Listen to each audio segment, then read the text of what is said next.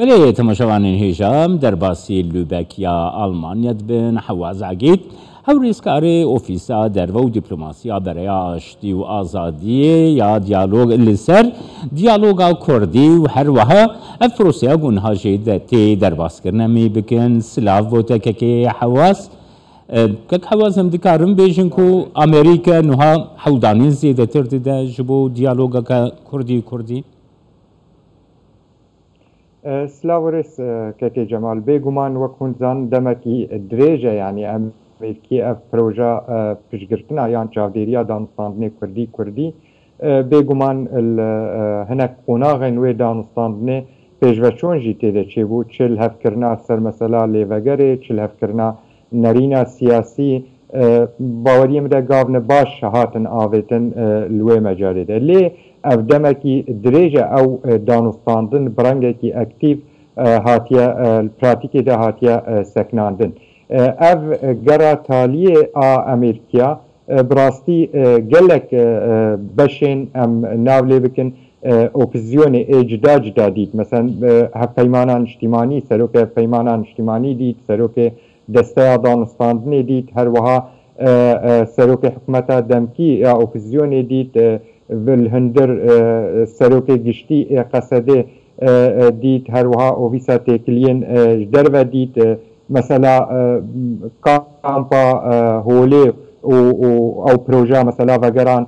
کسیم بیانی جوی کامپی وگران نوال ولاتی و هر وها الناو ده وک نونرن انجمان اجتماعی کردی الاربیل دید یک باوریم ده جدیت امریکی مثلا و دانستاندنا ده جدیت جمعه لی او جدیت الجمعه بحاجتی هنکی رولکی بهتر اکتیو پیشوچونا و دانستاندنا ده هون زن گلک مجار ای رولا خواه باندورا و السر مثلا روشا سوری گشتی هنه و بطیبت سر مثلا دانستاندنا کردی جی او جی باندورا کی باش السر هنه جبر رنگین جدا نرینین جدا ای هنه ولاتین دسوردان الهندره روشا سوری ده دانستاندنین نابینا ترکیه و امریکانا ده چید بین هر وها روشا داویه یا اوکرانیا و نآرامیا تکلیه نابینا روسا و امریکانا ده و هر دو جیل واده براده هنه جدابونا نرین نوال سروه مسئله ایمن باوریم ده از نابین مولا ویجاره تشتکی نهیان جداتر مثلا پیشوچونه ده وی هبه قاسی تأکیده که لوی نرین سیاسی امریکی ده وی داخوازا و آتخوازن جدی افدانستاندن سر بکوین لی سرکتنا اجبر سرکتنا و دانستاندنا تکوی برجواندی یک شخالین ای سرکه ای امریکی دبیجه صدمین هبونامه سوری ده چنه انگو که حواز هم دکارم بیشن کو اتمسفرا هی هم ده آستا ناف دولتی ده آستا هرمی ده جو و ده سوریه ده تایبت زیده تر لباره کو امریکا حودانین زیده تر بکه جدی تر لسروی مسئله راوستین امریکی نه باوریم ده تزانه که جمال دوتش جدانه یعنی یک امزانن مثلا روشا دانستاندنا سیاسی و چاره سرکرنا سیاسی الهندره سوریا ده نتنه بدوه ما وک کردن وک سوری بدوه نونرین جواکا ناف دولتی گربه درسون دافیانین دانه انجمانا گشتی هون زانن تأکید سر مثلا اف پیشوچون سکنینه یعنی بحاجتی ارادک ناف دولتی حتی اف پیشوچون هنکی پیشوچون چاره سرکرنا سیاسی هرم پیش و ام هموجی زانن رژیم و هوالبند خواه برپرسیان بر مثلا سکناندنا واده نه وارته ولا اپوزیون یا بشی جدا گناه کسکی دینینه یا گناه ما و کرجی نینه نه گناه مجی ها باوریم ده از دبیجم وقتی ام دینا خواه بدنه دسپیکا مثلا شورشا سوری ده دسپیکا فشارین یان داخوازین جناب سروک برزانیت کر مثلا الهفکرنه کردی هبه یک نرین هبه یک داخواز هبه سه پیمانی هاتی چیکرن پشتیوه مثلا هولدان فرانسیا و اروپیا پشتیوه در بازگونا 2019 امریکا سرخطه بگمان اف همی گرک ام لیوگرکیش خوارد چیکن گلو برجواندی مل کودینه گلو چمانی ام نه آریکارن اف پیشوچون حکم توازن پیشوچون چاره سرکردن سیاسی هر پیش چمانی ام نه آریکارن اف مسئله نریم ببین یک حتی چاره سرکردن سیاسی هر پیش حتی آرامی پیدا به الهندره وی دوریده لی جه زیدتر از بجم رژیم یعنی مثلا سیاسی ناچه پیش بروی که اولاتین ایرو الهندره سوریا ده هر ولاتک دورت ده خوازه آرامی الهندره وی ده هبه خوازه فشار طاقت فشار بکل سر مسئله او آرمان جن خواه ای سرکه تیک بینه امریکی جی وقت دوره ام ناوله بکنش نه تمامی روجاوای کردستان ده لی تنه بشکش روجاوای کردستان ده وقت ناوه لشکری نها باوریام تبلی پینای روجلاتی فوراتی لی روجلاتی فوراتی ده جبر امریکی لوی ده نه تخوازن آرامی هبن تخوازن مثلا الهفکرنا سیاسی هبن تخوازن او نکوکی ین نابینا و روسا ده تکلیه یا فشار روس چیتکن سر مسده و قصده تکلیه رژیم را بکن تخوازن و فشاره کم بکن آرامی پیدا بکن لوی دوره ده شر دیجی تیرور وقت بیجه بنگه او بنگه فوضا و آستانگی و آرامی سیاسی بگمان تیرور تیده رزگال بوی مثلا استقرار هنزانن مثلا او عقوبات السر سوري هناك دفر جدا كرن يعني طيبات دفرين روجلاتي فراتي وهناك روجاوای فراتی جی جدا کرن جبر آرامی بکارن پیدا بکن لوی منطقه ده هفکرنا سیاسی آرامی پیدا که و آرمان جی سرکه ای هبونا امریکیال هندره و منطقه تهلی پیش داره جبر وی که جبرجاندی امریکیانه لی پرسیار لوی دیره که جمال برجواندی ما جی اف دانستاندن سر بکون یانا برجواندی ما مثلا چاره سرکرنا سیاسی او آرمان جا سرکه بل پیشکامه یانا بگمان آمده گرک ام برسواوی بدن و گرک برجواندی ما ام هنکی آریکار بن پیش وچونا و مسئله وكي انا كسا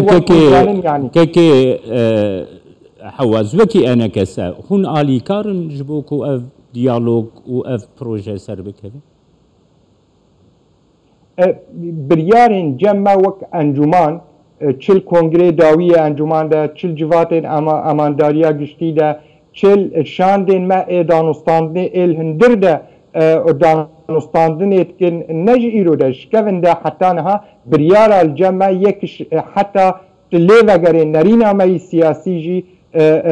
مسئله استراتیجی سرکتنا و دانستاندنا بنسبتی ما وک انجمان اجتماعی کردی ام بوی رنگی لیت فکرن و سرکوی لی سرکتناوی گمانم حاجتی اراده کیه یعنی مثلا دانستاندن الدنیا همیه ده دانستاندن تشتک نینه ولا زهرم دانستاندن بکسه کیره بکم هر تشتی از خوازم ازی ببم نولوه یعنی دانستاندن دو طرف دانستاندن هف دوره بکن و هر دو طرف جی قبول بکن هنک تنازلات بکن هک قبول نکن هنک تنازلات بکن او دانستاندن سر نکوی مخابن حتی هر طرف برانبری ما پیاده باوریم ده اراده پیشوچونا و دانستاندنا وقت لازم الجمنینه و مخابن سر راگهاندنی دیجی جارنا پروگنگت چیدوی وكأنه والله انجمان 50-50 تخوازه انجمان دیجی زمان کردیه انجمان و تبلی همونجی دوری راستیه باوریم ده یعنی نولوه داخوازه انجمان نولوه داخوازه انجمان بهتر داخوازه ملته داخوازه خلقی وی دبریه یکش تشتی سرکه ام ایمن وقت کساتی از باورید بیجم از نه باورم مسئله ولا نه 50-50 و نه تشتک از باورم مسئله ام وقت دستگاه سیاسی وقت لاشن سیاسی بکارم بنگه کی آرام پیدا بکن امری بدن خلق نونری خواه ای دستلات دست نشان بکه بکاره برجواندی خلقی بپاریزه یعنی منافسه ما سیاسی سر دستلات سر پاراستنا برجواندی خلقی به نه سر پاراستنا برجواندی می کساتی آن برجواندی می حزبی به وقتی او به آرمان جمره امی نکان تشتکیل پیش بده یک دو مثلا زمان از نمونه بیجم یعنی تی بیرام براستی چند سالات بلکی تدریس کریه یعنی مل اوداد زمان کردی ما محاولت کرد گرزانی نخوان خلقی فیر بکنو ام بده ناس کردن الحسين مدرسين قندادة جبل وقت مالبات وإمكاني هبا بلكي حصك رسم وموسيقى دا ما خواست ام زماني كردي خلقي فير بكن يكش آرمانجن مي سلكه ام بكارن نتني ام دبيجن آواکرنا سوریا که نناوندیا خواندنی جی یکش اساسا وقت بیجه لویده ام تخوازن باوریم دن ها حق ام بخوازن اف دانستاندن سلف کون هنک استراتیجیک ویجه رو وریدانین دانستاندن به استراتیجی نممکنه السر بکون یک و دو به اراده شوا آجبری و اوجی نممکنه السر بکون ایرو ام بیجن نبیجن و گمانم ده اوه حسن بکه ایرو عقدك اجتماعي رخ ريفابريا خسرها اي مجد آلية دي دا دستورك ناوي روجاواي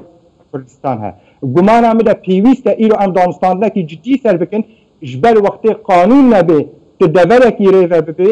سر بنگها قانونا او دبر ريفابري الهفكرنا سياسي نبي السروي نممكن وقت بيجي إدارك رواجي وري پیدا كرن و بكاري ببي خودي جوي بگمانا مدا گرك يا يكم ام غاوي دست بي بكن ام سر عقد اجتماعي و دستورا روجاواي كردستان ام بكارن رنگكي لائحات چناوي ام لي بكن بلا او بي نمشكلك ناوي تشبي بلا او بي لان بكارن هفدو بكن و قانوني دان حتى ام بكارن بنگهكي آرام پیدا بكن هالبجارتنا پیدا بکن ظرفکی پیدا بکن شل بجارتنا را سر بنگها هالبجارتنا کی دکت وقت دستلات خدمت آوی ملکی که پیروز بکن سپاسیات است که محفظکاری اوفیسا پیوندی اندر و دیپلماسی برای آشتی و آزادی حواز گید جلوبک تلگلمه